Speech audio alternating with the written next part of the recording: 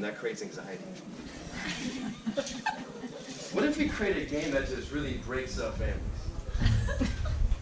What if we created a game that really messes up with kids' minds for the rest of their life because of it? Do you think they did that? No. They didn't.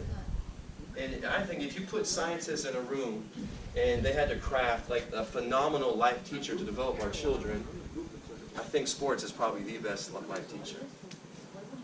Failure, hard work, goals, habits, sacrifice, taking direction, slow development. But these kids are getting robbed. So if you look at the numbers right now, you guys need a handout? Yeah, okay. The numbers are staggering right now, ladies and gentlemen. 70% of athletes are quitting by the age of 13. 70%. And 1 out of every 3 teens has anxiety.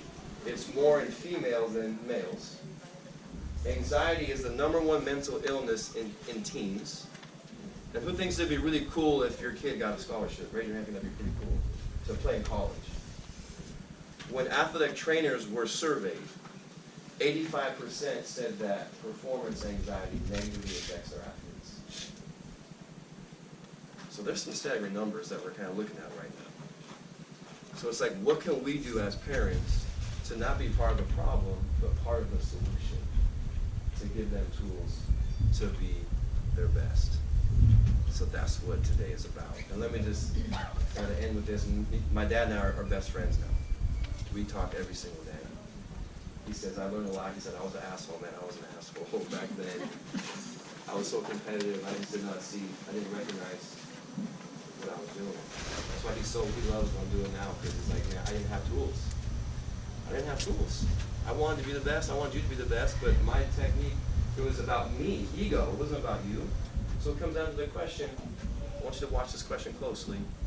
Whose goal is it? Whose goal is it? Is it your goal, or is it the child's goal? And a lot of, as I see in social circles, a lot of parents are living vicariously through their child. As in, if my child has success, it makes me feel like I'm a good person. It makes me feel socially like higher level. But it has to be coming from that child. They will not create greatness. They will not sustain greatness if that motivation is extrinsic versus intrinsic motivation. Does that make sense? Okay. So I'm going to give you guys 4 keys today. 4 keys today before we drink a little something. This message is brought to you by LaCroix. So let's take a little drink here. I'll leave her already. What's that? Okay. Here we go. Now, prior to getting into the 4 keys, I would love for you guys to face a partner. Turn and face a partner. Everybody partner up. Everybody partner up. Everybody partner up. So, I want you guys, who's player 1, who's player 2? Decide player 1, player 2. Player 1, raise your hand. Player 2, raise your hand. This is still working. Okay, yes. Who needs a partner? You need a partner? Can we do 3? Yeah, we have. You need a partner? I mean, we're about getting comfortable, being uncomfortable. We're about teamwork here. We're about teamwork. Yeah. Who needs a partner? We got one here. We need to partner up with someone. Okay. Sorry. We'll be fine. We're about making new friends today. That's what we're about. And this is a family. Yeah, we got a special partner. Okay. So player 1, raise your hand. Is it me? So you two determine who's player 1. Okay. I want player 1 to look deep into the eyes of player 2. And I want player 1 to smile really big. Player 2 can't smile. Player 2 can't smile. Player 1 smile. Ready, set, go.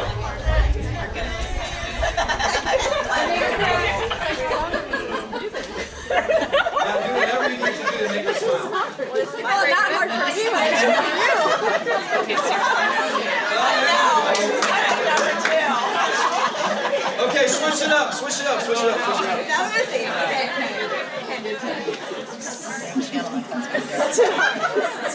Yeah, now switch. Now player 2 smile big. Player 1 can't smile. Oh wait. All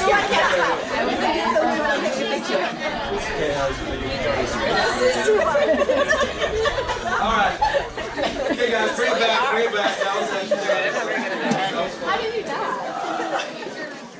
You can go back to your seat if you want. You can say what you want. Was it hard to not smile? Yes. If it was hard to not smile, say aye. Aye. And here's really the theme. I love the exercise. It comes down to this concept. If you're taking notes today, please do. Attitudes are contagious. Attitudes are contagious.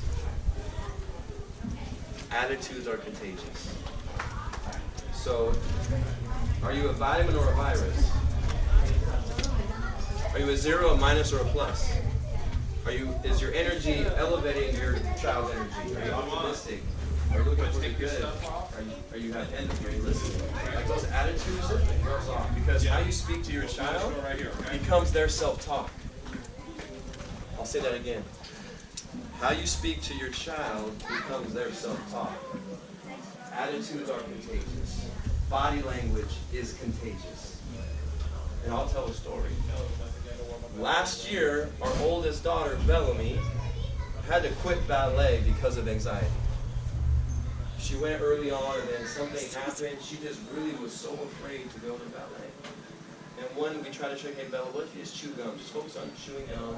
Listen, do your stuff.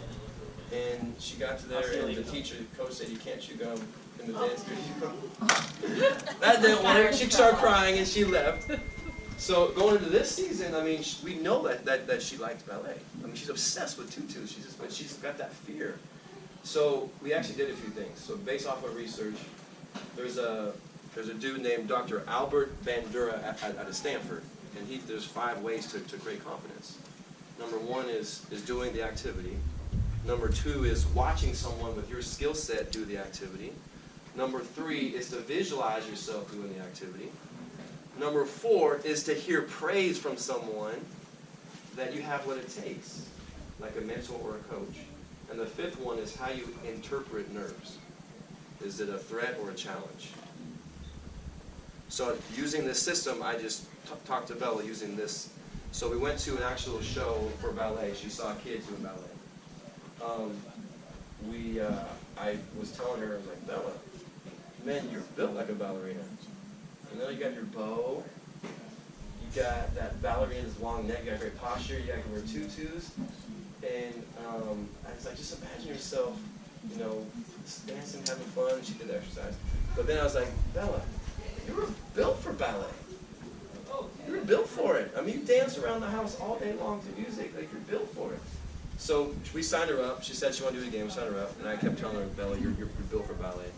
And then her first practice, we were kind of nervous. Is she going to quit or stay in? And then my wife sent me a text message. She's like, you're not going to believe what Bella said on her first day of practice. She said, she's about to go in, and she's like, Mom, I'm built for ballet. and she crushed, and she loved it, and she had so much fun. So just remember, how you speak to your child becomes their self-talk. We have what's called mirror neurons in our brain. We model and mirror what we see. We model and mirror what we see. So if you're only focusing on all the bad stuff, guess what they're going to focus on? The bad stuff. If you're going to only critique and talk to them when they make a mistake, guess what they're going to be afraid.